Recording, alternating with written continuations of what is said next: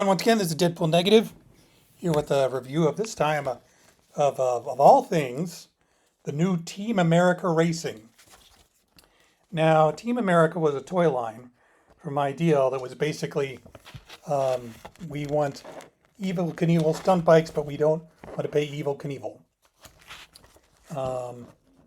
Back in 1982, also was because Knievel was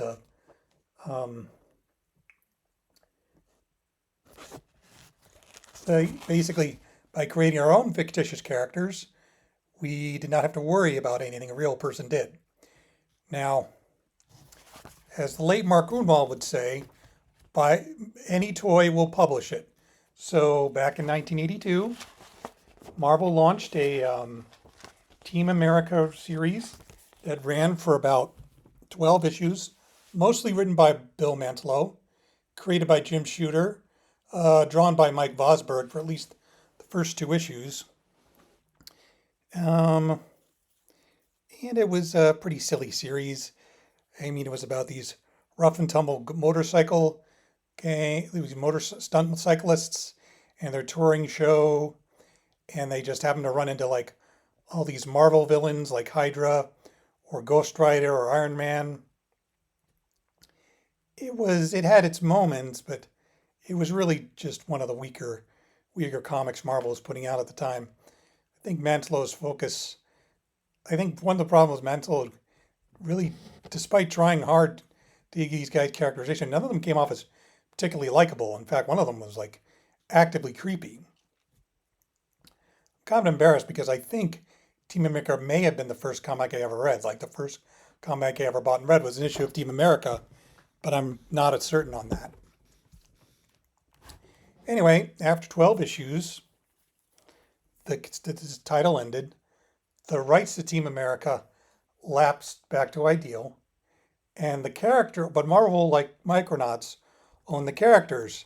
The characters were rebranded as the Thunder Riders, and at one point were mutants, but I think that may have been walked back continuity-wise, because there was basically with Team America, every issue there would be a mysterious character named the Black Marauder who would show up and rescue them from whatever predicament they were in.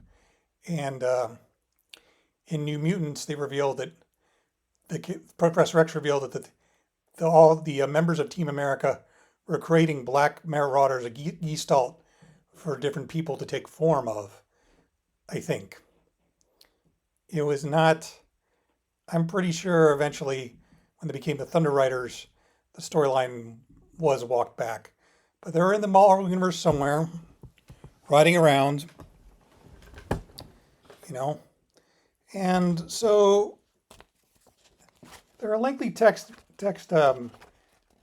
things in the back about this, but eventually, back in 2023, Comic Shop CSN Press of all people, bid for the rights to Team America and was successful. Actually, no, they didn't have a bid. It was acquired from the Junior Group by CSN Press. And now it's Team America Racing, all new cast, all new characters, a one-shot, cover by Howard Chaykin. And I know what you're wondering, is it any good? And the answer is, no, not really. It's a pretty simplistic series. I mean, it's about this stunt cycle show that's running live. It's somebody sabotaging it because sabotage equals ratings. It turns out it's the actual owner of the Team America team, or let's see, the Moto X is the name of the team. And there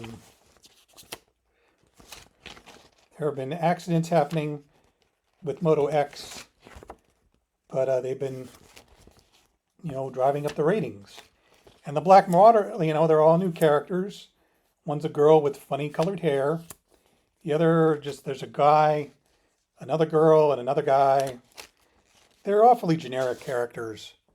And they don't really, leap off the page. I mean, I have to admit, as silly as the original Marvel Team America characters were, they were vivid. They were given the Mantlo overkill, overkill of characterization. But like, this is the goofy part. We find out the guy who owns Moto X is related to members of Team America. The guy who owns Moto X is the guy who's actually behind these accidents driving up the ratings. We need to really juice them before the IPO. And he doesn't realize, and he hasn't told the guy sabotaging this stuff, leave them alone. And a different version of the Black Marauders around, trying to protect everybody, not just Team America. It's kid stuff. It's meant for kids. I don't know if it's going to get in the hands of a lot of the kids. I will say, like, it's written by Michael Price, who I've never heard of, but drawn by Josh Hood, a guy who's been around for a couple decades now, and I think he did a really nice job on the artwork.